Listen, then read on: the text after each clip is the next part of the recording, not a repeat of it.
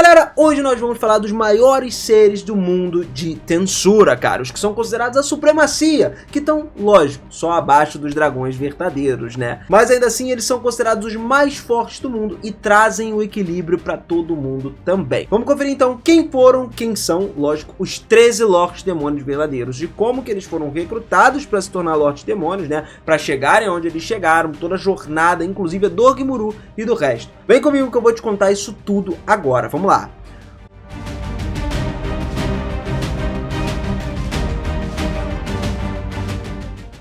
Fala, seus otakus, beleza? Eu sou o Benas e sejam muito bem-vindos a mais um videozão aqui no canal. E olha só, galera, pra gente entender melhor quem são os Lordes Demônios, vamos falar sobre o Conselho dos Lordes Demônios, que foi criado pelo Guy Crimson há cerca de 2000 anos no passado.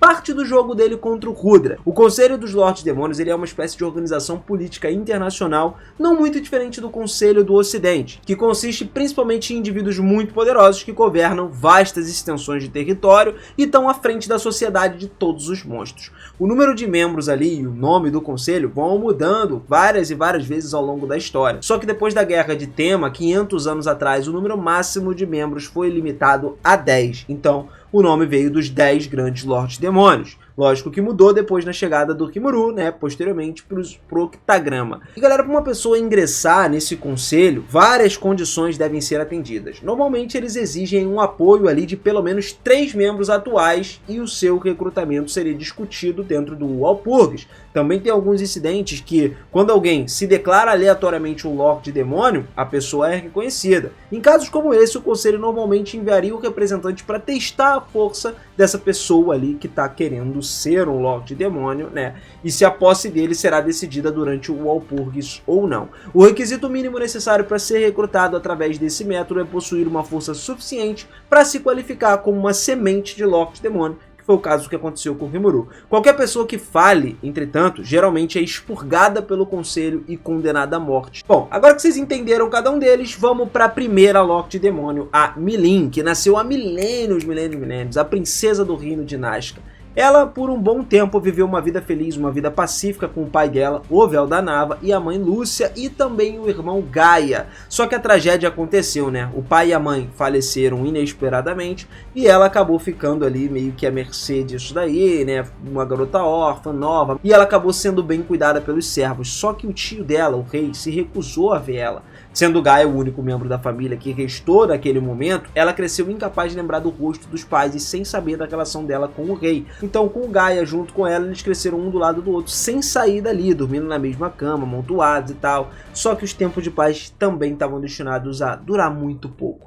Um grupo do reino super mágico de elfos se infiltrou no reino de Nazca, pretendia tomar a Milin, né, e usar o poder dela como seu, porque o poder da Milin era o poder herdado do Veldanava, e o Gaia ficou no caminho. Ele tentou proteger a Milin, fazendo o possível de tudo para ninguém chegar nela, mas acabou que Gaia foi derrubada e morta, e aí Milin, mano, tendo perdido tudo que era mais próximo a ela, começou a perder a sanidade dela. A mente dela ficou vazia, de raiva, quando o enorme poder dela, que alertou do Veldanava, explodiu, veio à tona e ela decidiu se vingar. Ela seguiu a capital do reino super mágico e começou a destruir tudo e todos que estavam à vista dela. Começando inclusive por destruir o castelo do rei que estava dentro lá com uma enorme flecha de luz. E ali na fúria dela, tendo matado centenas de milhares de pessoas, ela se tornou um Lorde Demônio verdadeiro. E o festival de colheita resultante trouxe Gaia de volta à vida. Só que o problema é que Gaia foi corrompido pela raiva da Milin e acabou assumindo a forma do dragão do caos. E aí não teve jeito. Ele começou a causar morte, destruição e a Milin não teve jeito. Teve que acabar com ele. Tudo foi destrutivo, né? Até pro Lorde Demônio Guy Crimson, ele teve que intervir para evitar que os danos se espalhassem pelo mundo inteiro. Então o Gaia e a Milin lutaram um com o outro durante 7 dias e 7 noites, sem nenhum vencedor, claro, surgindo entre esses dois, e eventualmente a rainha elemental, a Ramírez, interveio e conseguiu pacificar a raiva da Milin ao custo da sua própria pureza. Sim, galera, a Ramírez sacrificou tudo. Daí temos os primeiros 3 Lordes Demônios. Tendo recuperado o juízo agora, a Milin ficou cheia, né, de todas essas profunda tristeza, e ela confrontou o dragão do caos, decidiu selar ele como membro da família, o último que restava, o Guy e a Ramírez fizeram o possível para consolar ela no final das contas, e os três se uniram para formar o Conselho dos Lordes Demônios, tendo o trio como membros fundadores. Por sua vez, então, começou a ajudar o máximo de pessoas que podia a Meline para recompensar todo mundo pelas suas ações passadas ruins, cara. Ela matou muita gente, então agora ela começou a matar monstros poderosos, feras mágicas que atacavam as vilas, as cidades. Isso se tornou meio que o árbitro de disputas internacionais e culminou numa descoberta dos Dragon Newts, que era uma raça de demi-humanos nascido da união dos humanos e dos dragões ali que surgiram da essência do próprio Gaia. Uma coisa mais próxima agora que ela tinha de uma família, ela acolheu esses Dragonites, protegeu eles com a cidade do dragão esquecido, sendo eventualmente construída por eles na homenagem dela. Com o tempo, a Meline acabou ficando cada vez mais cansada desse mundo, as memórias do passado dela foram se transformando num borrão, e aí ela começou a não se importar mais se ela lembrava, não lembrava, e finalmente parou de interferir completamente no mundo. Em vez disso, ela recorreu aos crescentes membros do Conselho dos Lordes Demônios para saciar o inevitável tédio, porque ela começou a ter um grande interesse em indivíduos fortes e deu a eles o apoio para se juntarem a esse conselho, com a esperança de que eles eventualmente oferecessem para ela uma luta divertida. O segundo, como a gente disse, era o Guy Crimson. Guy Crimson ele nasceu no início dos tempos, antes da criação do céu e da terra. Ele era uma das contrapartes demoníacas dos 7 anjos de origem, tendo se separado do grande Espírito Santo das Trevas. Como o primeiro deles a nascer, ele governou o reino dos demônios ali como rei e comandou os demônios à vontade dele. E, inclusive, do ponto de vista dele, até os outros primordiais eram meros dependentes dele. Só que quando Vert e Blue desafiaram ele numa tentativa de supremacia, ele derrotou os dois facilmente, mas descobriu que os primordiais eram imortais. Não importa o quão esmagados eles estivessem, eles sempre ressuscitavam sob o comando dos vencedores. Essa constatação acabou levando ele num impasse. Entre os 4 primordiais restantes, né, a gente tem o Black primordial, o Noir, ele perturbava o Guy várias e várias vezes ali, o Diablo, né, que sempre foi muito próximo dele. Eles lutaram pela supremacia e o resultado acabou saindo num empate. Então, reconhecendo a força do Noir, o Guy Crimson reconheceu ele como rival digno. Com o passar do tempo, Guy foi convocado para o mundo central pelo alto lá do Império Humano de Arril, no Império Super Mágico. Daí, quando ele foi convocado como um arquidemônio, ele foi encarregado de destruir uma nação inimiga. Usando 1 milhão de cadáveres, o Guy encarnou com sucesso e ascendeu dessa vez ao posto de verdadeiro Lorde Demônio, adquirindo as almas de muitas e muitas pessoas. Além de destruir a nação inimiga, ele convocou os primordiais Vert e Blue também, que seriam a e a Rain, ordenando que eles massacrassem Jarril e todos os residentes do Império Supermágico, evitando a magia e a destruição em massa para prolongar o seu sofrimento. Enquanto Guy esmagava todos os inimigos, ele saboreava os apelos dele, condenados, e achava que era um som muito agradável ver todo mundo pedindo socorro. Então ele se autodenominou o Guy, ele mesmo deu o próprio nome, percebendo que o seu estado dele agora estava desperto, né, porque ele se considerava o mais forte de todos. Ele chamou seus companheiros de Misery e Rain, no final das contas, refletindo ali a miséria da humanidade e a chuva de sangue que caía aonde ele passava. Eu aposto que essa daí você não sabia. O Guy, então, e as suas criadas viajaram de um lugar para o outro, aproveitando sempre o mundo, e eventualmente ele encontrou o Véu da Nava, desafiando o Véu da Nava para uma luta. Só que lógico que ele foi muito fácil derrotado. Em vez de se tornar o servo do Véu da Nava, ele recebeu o papel de mediador do mundo. Foi nesse momento em que o coração do Guy se materializou e ele ganhou a habilidade única do Orgulho. Para aliviar todo o tédio dele, ele monitorou toda a civilização humana e destruiu qualquer país envolvido em guerras. O Guy uniu forças com os 7 anjos de origem num ataque de 3 meses contra o dragão destruidor de mundos, Iverage, cara. Só que o Iverage conseguiu escapar para um outro mundo. Depois da batalha, o Guy começou a examinar o continente acima ali, ele avistou o castelo imperial lá do Império Supermágico, onde tinha sido convocado, e ele decidiu fazer desse castelo a casa dele, acreditando ser o destino ali. O dragão do gelo, Velzard, apareceu depois disso, atacou o Guy, inclusive por ciúmes da interação com o Véu da Nava, mas a batalha terminou empatada, e durante essa luta, o poder do Guy evoluiu ainda mais, o que concedeu a ele algumas habilidades supremas, que era o Senhor do Orgulho, Lúcifer. Agora, intrigado com o Guy, a Velzard decidiu observar ele daquele dia em diante. Mano, milhares de anos se passaram a partir daí, e o Guy, entediado profundamente, recebeu o visitante. Rudra, Velgrind e Lúcia. O Rudra, abandonando qualquer pretensão de duelo honroso ali, exigiu que o Guy entregasse todos os seus objetos de valor. Divertido com esse pedido, o Guy aceitou o desafio. Mas apesar da imensa esgrima e luta do Rudra, do apoio dos feitiços do campo sagrado, da lâmina sagrada da sua irmã, o Guy, ele analisou e replicou cada movimento seu, se tornando mais forte à medida que essa luta continuava. Só que o Rudra interrompeu o desafio e nomeou o Guy porque nessa hora ele não queria lutar contra o Lorde Demônio como um nome engraçado.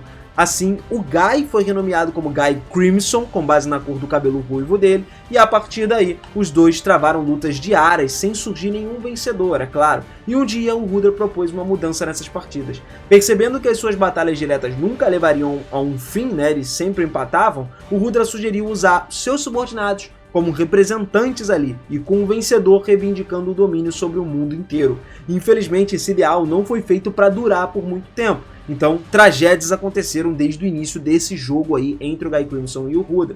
Pouco depois do Véu da Nave e da Lúcia terem lá o filho, a Milin, né, ocorreu o ataque terrorista no Reino de Nazca, que a gente falou da Milin, né, e aproveitando a ausência do Rudra, o ataque foi orquestrado por um inimigo em guerra que acabou resultando na morte da Lúcia e do Véu da Nava. E aí aconteceu tudo aquilo que a gente falou do lado da Milin, mano. O Guy foi que teve que intervir, e graças a Deus ele conseguiu conter lá e segurar junto com a Ramírez. Tanto que a próxima da lista, a terceira dos Lordes Demônios, foi a Ramírez. Tanto que a história da Ramírez é entrelaçada com essa parada da Milin também. Depois que aconteceu aquele paranauê todo da Milin ficar cheia de revolta, destruir tudo, acabar selando o Gaia, quem resolveu a sanidade dela foi a Ramírez. Só que no processo a Ramírez ela absorveu a magia maligna dos demônios e a poderosa aura dos dragões e começou a mudar, se transformando num elemental corrompido agora. Ela não era capaz de impedir total violência da Milin, e os três resolveram essa disputa, ela, o Guy Crimson e a Milin, de forma tranquila. Eles foram os primeiros Lordes Demônios a aparecer e decidiram que cada um dos três seria diferente uns dos outros ali, entendeu? Alguém buscaria a habilidade Ultimate no final das contas, alguém viveria como quisesse e alguém julgaria o mundo de fato.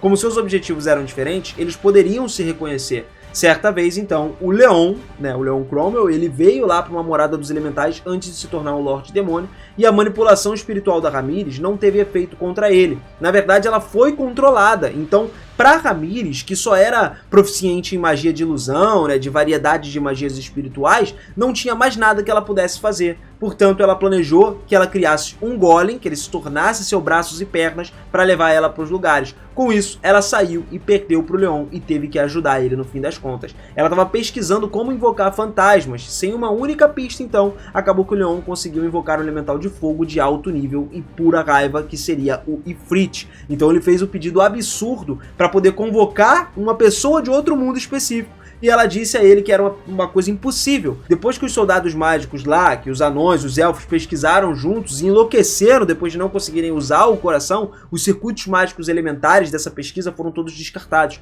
Então as fadas pegaram uma concha específica que jogaram fora, justamente para poder modificar e melhorar o golem da Ramírez. Mas a partir daí ela seguiu a sua vida. Pra tu ver, ela já se cruzou com o Leon também, que mais tarde vai entrar nessa lista. O próximo agora é o Dagruel, cara. Galera, há muito tempo atrás ele era um dos mitos, né? Um gigante maligno que emergiu das profundezas da Terra, causando estragos por onde ele passava. Eventualmente o Véu da Nava ele interveio, conseguiu derrotar esse gigante, dividindo ele em 3 entidades diferentes: Dagruel e os seus 2 irmãos, Fen e Glazord. Com o tempo, Dagruel e Glazord renunciaram às suas ambições do mal e lutaram pela redenção, enquanto Fen ele simplesmente se apegou a todos os maus caminhos possíveis e foi selado posteriormente. Como recompensa pela mudança de opinião, o Véu da Nava concedeu ao Dagruel um pedaço da terra e confiou a ele o dever de guardar a Torre do Céu para evitar a libertação do Fen. Durante o tempo dele na Torre do Céu, o Dagruel encontrou um indivíduo muito talentoso chamado Valentine, o Twilight Valentine, e os dois desenvolveram uma amizade muito legal. O Twilight, que era o pai da Valentine, ele frequentemente se gabava da criação mais preciosa dele, que era Luminous. No final das contas, o Dagruel foi desafiado para uma batalha, e depois da derrota, Kisara e Bazara se tornaram discípulos do Dagruel também. Só que o relacionamento do Dagruel com o Luminous, né, começou a se deteriorar significativamente, depois que ela matou o Twilight. E aí, mano, seguiu uma feroz luta pelo poder entre os dois, que cedeu temporariamente enquanto Dagruel e Kisara se casaram. Juntos, eles tiveram 3 filhos, Dagora, Hyura e Débora. Infelizmente, Kisara faleceu durante o parto com os 3, deixando Dagruel arrasado. E na dor que ele teve, ele foi forçado a selar Bazara, que tinha caído em fúria, para que simplesmente todos ficassem seguros. Então o território do Dagruel foi envolvido num conflito feroz entre Milin Nava e Guy Crimson, levando à beira da destruição também. Para mitigar todos os danos, o Dagruel expulsou a energia gerada por uma outra dimensão, contendo todas as consequências.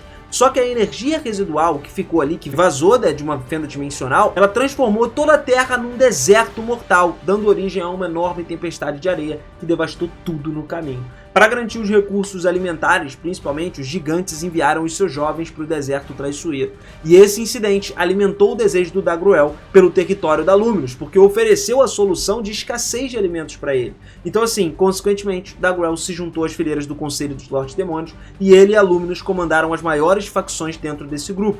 Ao longo dessa longa vida, o Dagruel ele formou amizades muito profundas com Dino e com o Veldora, e convidou o Dino para morar na casa dele. Os dois se tornaram companheiros inseparáveis. Além disso, o Dagruel se envolveu em várias sessões de sparring. Ele lutava com o Veldora, sem que nenhum deles emergisse como vencedor. Claro, os dois ficavam empatados. Só que essas batalhas ali renderam respeito, admiração dos dois. E isso começou a melhorar cada vez mais com o passar do tempo, até que acontecesse aquele negócio todo do Veldora ser selado pelo herói, ser jogado para um outro lado e se separasse do Dagruel.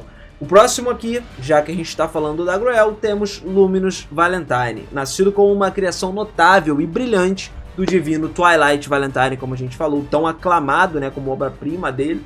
Cara, com o passar do tempo, a Luminous ficou cansada desse comportamento caprichoso do criador e com uma demonstração de extraordinário poder, ela acabou com a vida do Twilight, usando um potente feitiço de desintegração. E aí ela assumiu o controle de todas as forças vampíricas restantes no mundo. A Luminous, ela subjugou o Valentine lá, né, um vampiro formidável, sedento de sangue. No entanto, esse constante antagonismo do Valentine em relação aos outros subordinados representava um problema significativo para ela. Para manter a ordem, ela tomou a mais difícil decisão da vida dela, que seria dividir o Valentim em dois seres distintos, o Louis e o Roy. No devido tempo deles, a Luminous encontrou Gunther também, que jurou lealdade inabalável a ela e serviu como seu nobre assistente, cumprindo o papel do mordomo pessoal. Reconhecendo todas as contribuições inquestionáveis agora do Gunther, a Luminous elevou ele à posição de maior importância que ela tinha lá, e ele se tornou uma figura instrumental dentro do governo dela. Através das suas habilidades indomáveis, a Luminous conquistou uma posição cobiçada como quinto membro estimado do Conselho dos Lordes Demônios. Só que o seu domínio vampírico, reconhecido como Night Rose lá, né, encontrou o seu fim nas mãos do Veldora. Mas graças a Deus, com o aviso da Chloe, né, que teve todo aquele negócio da viagem no tempo, os habitantes conseguiram recuar. E aí a Luminous voltou a atenção para um novo empreendimento dela, que era estabelecer Rubérius, mano. Onde ela escondeu o seu governante das sombras para poder governar Rubérius. Ela confiou esse papel de governante ao Louis Valentine, né, e a partir daí, enquanto ela própria assumia a presença oculta, ele ia tocando tudo. Para poder manter a influência dentro das 10 grandes Lordes Demônios, a Luminous providenciou para que o Roy Valentine tomasse o seu lugar, participando de uma forma incógnita ali dos banquetes de Walpurgis. Ela, na verdade, ia como se fosse um dos assessores do Roy, né? Uma empregada, digamos assim. Só que o disfarce dela foi descoberto lá no futuro, graças ao Veldora e a Milin, que estavam lutando no Walpurgis. Ao longo desses anos tumultuados, a Luminous ela forjou profundos laços de amizades com a Chloe e com a Renata, quando os Eus mais jovens da Chloe e da Renata se aventuraram no mundo central e desapareceram no corpo da heroína Chloe. A Luminous ela tomou mais medidas para tentar protegê-los, selando esse corpo, evitando qualquer caso potencial instigado por Cronoa, que era basicamente o corpo que está selado lá dentro lá de Rubérius, que muita gente está me perguntando quem é que está ali dentro. A gente pode fazer um vídeo específico só disso mais pra frente,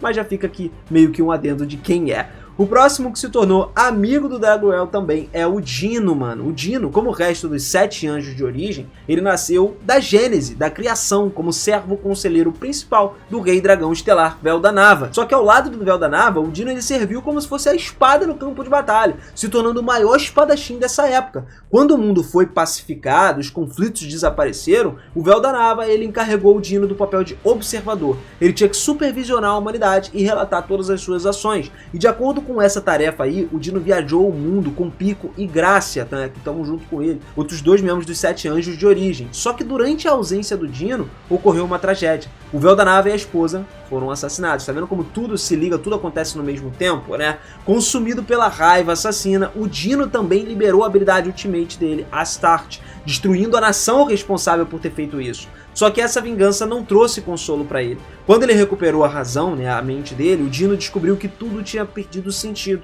E ele contemplou a destruição do próprio mundo. Ele percebeu a futilidade dessa ação dele E aí ele, sendo mais racional, mas sem positividade, estabeleceu limites para suas ações e isolou o seu poder de Astarte, o Senhor do Céu, porque ele se sentiu muito responsável pela destruição causada ali pela paixão, né? E essa perda de propósito na vida dele marcou o momento em que o Dino se tornou um anjo caído. Felizmente, os seus colegas Pico e Grácia estavam lá junto com ele, impedindo o seu desaparecimento do mundo. Apesar da passagem de milhares de anos depois disso, o Dino continuou a missão dele de observador, desprovido do sentido da vida, né? Mas a busca dele levou ele a encontrar a Milin, que era a última remanescente, a última filha do Véu da Nave da Lúcia. E ele ficou relutante em reconhecer a Milin como seu mestre. O Dino então observou das sombras, permitindo que Pico e Grácia coletassem mais informações enquanto ele vivia na ociosidade. Eventualmente ele se tornou um Lorde Demônio também. Quando a Milin ficou fora de controle, o Guy e Ramirez interviram lá e o Dino ajudou meio que nas sombras ali também, reconhecendo o seu papel em impedir ela de destruir todo mundo.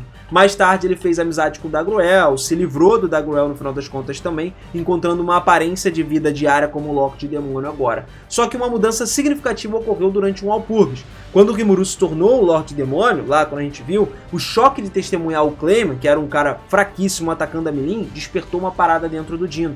E ele ficou preocupado com a perda de controle da Milin. O Dino até investigou e descobriu que o Rimuru era a causa disso. Intrigado, ele encontrou um novo sentido da vida, que ele meio que tocou a essência do Rimuru, né? Um momento que parecia mais destinado do que a coincidência possível que o Rimuru talvez fosse o novo Véu da Nava, né? Esse encontro despertou esse interesse, marcado pela virada de existência do Dino dentro do Walpurgis. Outro, depois do Dino, é o Leon Cromwell, cara. O Leon, ele veio para esse mundo central junto com a Chloe através de uma distorção dimensional, mas imediatamente depois a Chloe foi convocada para o futuro. Então basicamente o Leon ficou sozinho. Na busca dele por ela, o Leon ele assinou um contrato com o Elemental da Luz e se tornou o herói escolhido. Leon eventualmente se proclamou um alto, né, Lorde Demônio, e antagonizou o Kazalin, tanto que prevaleceu numa batalha de vida ou morte contra o Kazalin. O Leon ele tomou o lugar do Kazalin lá no Conselho do Lorde Demônio e foi oficialmente reconhecido como um Lorde Demônio. 2 séculos se passaram desde ele ter chegado nesse mundo central e durante as tentativas de convocar a Chloe de volta para o lado dele, ele espalhou vários métodos de invocação incompletos ao redor do mundo e resultou na evocação de muitas crianças de outro mundo. O Leon foi quem convocou a Shizue lá. Ele trouxe ela lá do bombardeio incendiário de Tóquio e fez com que o Ifrit possuísse ela, tanto para salvar a vida dela, mas também para encontrar um navio para o Ifrit, alguém que precisasse que estivesse ali, né, um hospedeiro mesmo. Então, devido ao exterior frio do Leon e aos julgamentos equivocados do Ifrit e a rejeição da Shizue, o mundo para o qual ela foi convocada, né, meio que foram incapazes de se relacionar adequadamente, culminando na morte de Pirino e Piso também, o que prejudicou gravemente o relacionamento entre Shizue e o Leon. No final das contas, o Leon decidiu deixar a Shizue aos cuidados do herói mascarado escolhido, né, que apareceu ali no castelo, que era a Chloe, enquanto o próprio Leon mudou a base dele para Eldorado. Aí a gente já conhece a história. Agora, voltando um pouquinho aqui, lembra que eu falei do Roy Valentine, que foi criado lá pela Luminous e tudo mais? Pois é, cara. É o seguinte, o próprio Roy, conforme foi revelado, ele era uma das criações do Twilight também. O criador progenitor de muitas raças desse mundo central. O próprio Valentine, ele foi um subproduto da pesquisa de experimentação depois de povoar com sucesso vários mundos e dimensões com vidas inteligentes, de acordo com os desejos do criador, que era o Véu da Nava. O Valentine, ele foi apontado como uma das criações mais problemáticas, frequentemente se estourando por causa de problemas, precisando sempre ser tratado pelo mediador. Mesmo depois de ser subjugado e aceito como subordinado pela Luminous, ele continuou antagonizando seus outros subordinados. Isso fez com que a Luminous usasse os poderes dele para dividir esse vampiro em dois, como a gente tinha falado. E aí, dessa forma, ele foi colocado como Lorde Demônio, a história que vocês já conhecem, e ela ficava atrás das sombras. Mas só para vocês entenderem como é que foi o iniciozinho dele. Até no final das contas, ele ter sido derrotado. Se eu não me engano, foi o Laplace que chegou lá e acabou com ele. A gente nem imaginava que isso poderia acontecer. E teve um certo momento, cara, que há muitos anos atrás, por centenas de anos, antes da formação dos 10 grandes Lordes Demônios, e o Conselho, ele consistia só em 7 membros específicos. O Roy aparentemente entrou numa discussão e lutou contra o Kazalin também, né? Lutando contra ele até paralisar isso daí. E apesar de nenhum vencedor claro ter sido obtido nessa batalha, a luta dele causou enormes danos colaterais em um grande número de vítimas civis. Foi afirmado que por conta do resultado dessa batalha, né, ter sido desencadeada por um desentendimento entre 2 Lordes Demônios, tipo uma traição do Conselho, eles acabaram fazendo uma votação lá dentro, apoiada por 4 membros aí, que foi estabelecida para evitar outro incidente como esse. Essas regras foram aparentemente estabelecidas quando o próprio grupo consistia originalmente dos 7 membros e não dos 10. Já que a gente falou da luta do Kazalin, Kazalin entra agora. Séculos atrás, Cagalli já foi a princesa do reino dos super feitiços dos elfos, que na época eram dos reinos mais prósperos do mundo. Cagalli sofreu um grande infortúnio por conta do pai dela, que era o rei, que tinha sido possuído por Jarril, que simplesmente despojou os seus poderes e fez experiências com ela, levando à sua morte. Ela foi ressuscitada por ele como um morto-vivo, mesmo que tipo assim,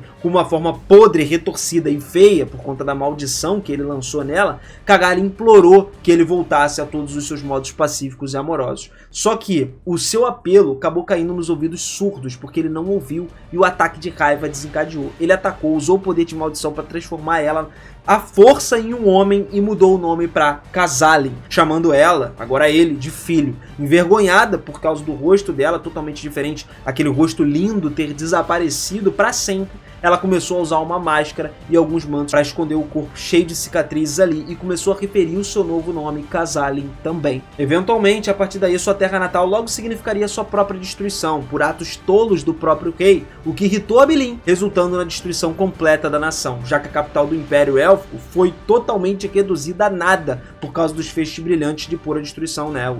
Os Dragon Nova da Abilene. Cagalli foi um dos poucos elfos restantes que conseguiram sobreviver a esse desastre, testemunhando a ira da Abilene em primeira mão. Isso fez com que ela adotasse um medo mais saudável, né, e respeito também pelo seu poder. Devastada pelas perdas das criadas ali e dos cavaleiros que amavam, desesperada para ver eles de novo, Cagalli usou um feitiço proibido. E o resultado disso foi a criação de 3 belos mortos-vivos, Clayman, Footman e Tyr. Quando viu que eles não pareciam ser feios, Cagalli percebeu que a sua aparência era o resultado de uma maldição que o seu pai tinha colocado sobre ela. E esses indivíduos foram projetados especificamente para dar as características únicas, onde o Clayman foi projetado para se tornar especificamente um Lorde Demônio, enquanto o Footman e a Tyr tinham as habilidades de combate ali formidáveis para poder tornar eles páreos contra um Lorde Demônio. Isso tudo funcionou para ela nunca se esquecer a humilhação do passado, na qual ela foi vítima da arte proibida. Como uma das realezas élficas agora sobreviventes, Cagalli tentou reconstruir a sua terra natal perdida. E em algum momento, depois de estabelecer um assentamento para os seus companheiros elfos, o Dragão do Caos atacou e contaminou a terra, fazendo com que os elfos fossem amaldiçoados a viver suas vidas ali como se fossem elfos negros agora. Usando o conhecimento tecnológico que ela preservou da nação original dos Elfos Caídos, agora conhecida como a Grande Ruína Soma, ela conseguiu expandir e recriar muitas das tecnologias perdidas. Mais tarde, ela viajou de volta às ruínas do país antigo dela para recuperar os seus tesouros, e nessa jornada encontrou Sarion Grimwald, o herói escolhido que tinha sido encarregado de eliminar o Dragão do Caos, só que foi mortalmente ferido, afetando todos os seus ataques amaldiçoados. Cagalli, que observava essa batalha, se ofereceu como uma opção de renascer, mas avisou que ele não poderia apenas se tornar o seu fantoche, mas também perderia todas as suas memórias. Sarion concordou, acreditando firmemente que nunca esqueceria suas memórias, por exemplo, da sua esposa Sylvia. Com as negociações concluídas, Cagalli usou o feitiço, mas por conta da sua inexperiência, Sarion renasceu como um morto-vivo também, mas perdeu todas as memórias. E a partir daí ele recebeu um novo nome e a identidade de Laplace, o Pierro Maravilha. Superando toda essa perseguição durante a guerra entre os demi-humanos e os humanos, Cagalli emergiu como o senhor da maldição Kazalin, e ela rapidamente reconstruiu a reputação assustadora por conta da incrível capacidade dela de coletar informações. Cagalli viveu 3 grandes guerras de tema, cara, e ela se juntou ao Conselho dos Lordes Demônios como o 7º membro. Só que aí acabou que aconteceu a luta contra o leão, Cagalli perdeu, o corpo dela foi destruído e ela ficou vagando como um espírito desencarnado, só com uma consciência se dissipando lentamente por conta da falta do corpo.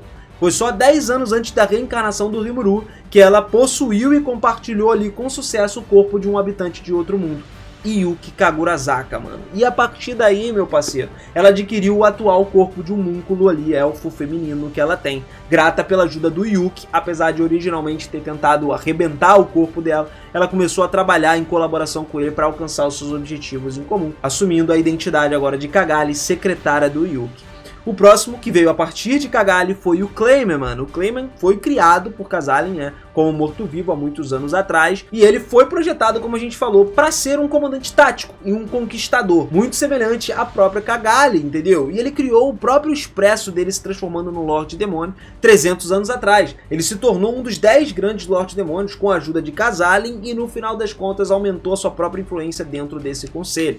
No momento em que ele se tornou o Lorde Demônio, mano, ele começou a caçar os magins ali, monstros, para roubar todos os seus corações, literalmente, fazendo ele jurar lealdade lealdade a ele, e ele inscreveu uma maldição no coração de cada pessoa, tornando eles seus servos eternos. Eventualmente, como o mestre dele, Kazalin, foi morto e substituído pelo Leon, mano, com a saída do Kazalin, o Clayman teve que assumir o seu domínio, e a nação fantoche dele lá, todas as forças restantes ficaram pro lado do Clayman, e o Clayman não recebia nenhuma palavra dele há muito tempo, mas ainda se considerava um subordinado de Kazalin no final das contas. Ele ainda continuou trabalhando pelos seus objetivos, enquanto aguardava o retorno do seu mestre. Ele desejava se livrar do Leon, acabar com tudo, mas aí veio outra pessoa para acabar com os planos dele. Rimuru apareceu e acabou com o Clayman, simplesmente sugou ele pro dimensional e ele não teve mais nem o que fazer no final das contas.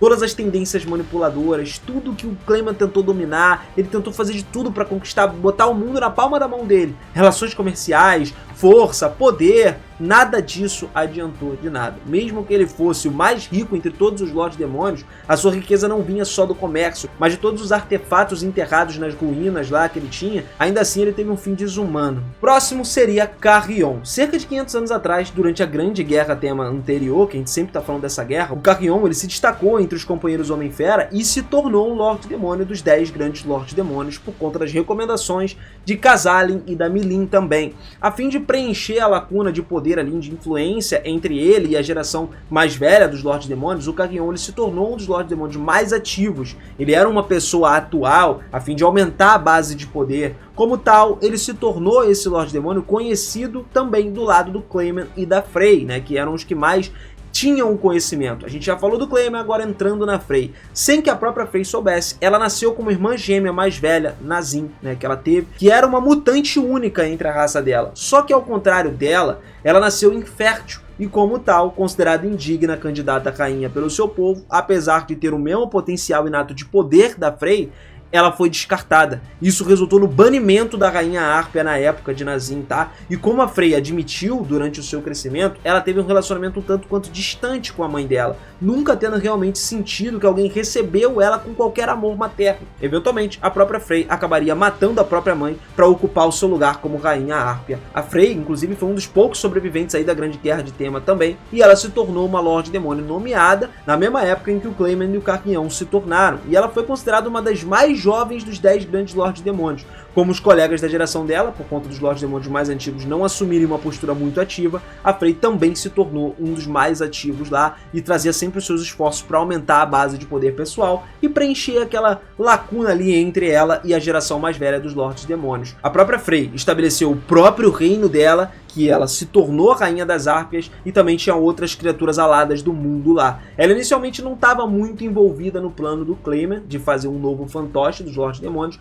mas ainda assim, mais tarde ela optou por se juntar a fim de aumentar a sua própria influência. E por fim, temos o nosso slimezinho, Rimuru-sama, o cara brabo, que acho que eu não preciso nem comentar, né? O cara que nasceu como slime, mas que evoluiu e chegou num patamar absurdo de Lorde Demônio. Tudo que a gente viu na história do anime até então, agora ele já é o Lorde Demônio, até a segunda temporada ali, ele não era, ele passou por muitos processos de evolução, teve aquela luta contra Falmouth, foi ali que ele entrou no Festival da Colheita dele, na qual ele usou todas as almas absorvidas para ele mesmo evoluir e se tornar um Lorde Demônio no final das contas. Ele precisava fazer isso para conseguir usar o Rei da Sabedoria Rafael para reviver todas as pessoas. O Rimuru, na verdade, cara, ele só foi levado a fazer isso porque ele queria reviver todas as pessoas de Tempest que tinham sido mortas de forma injusta. Se não fosse isso, provavelmente ele não iria agora se tornar um Lorde Demônio. Ele nem saberia da existência dessa parada no mundo, né? Mas isso acabou que levou, deu aquele empurrão final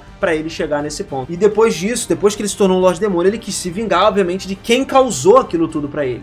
Por isso ele foi atrás do Clayman, principalmente quando ele viu que o Clayman começou a controlar a Milin, que já tinha se tornado amiga dele. Bom, Rimuru foi reconhecido pelo próprio Guy Crimson ali e também as outras pessoas que estavam presentes, obviamente. Acho que foi uma parada unânime para ele ser reconhecido como Lorde Demônio verdadeiro, porque ele se autoproclamou Lorde Demônio depois do Festival da Colheita que ele passou, né?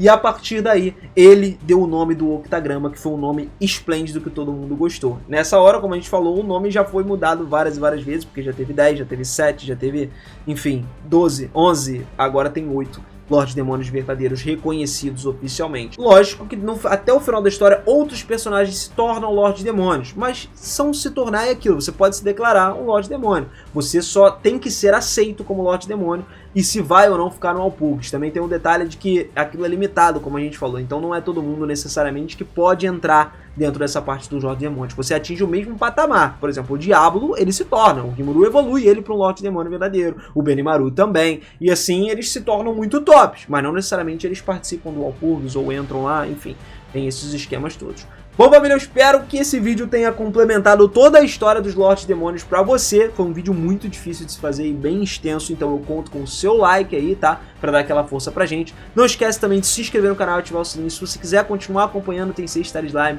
aqui no canal, porque aqui eu te trago muita informação, te deixo completamente informado de tudo, beleza? Tamo junto sempre, beijo no coração de vocês e até o próximo vídeo. Valeu!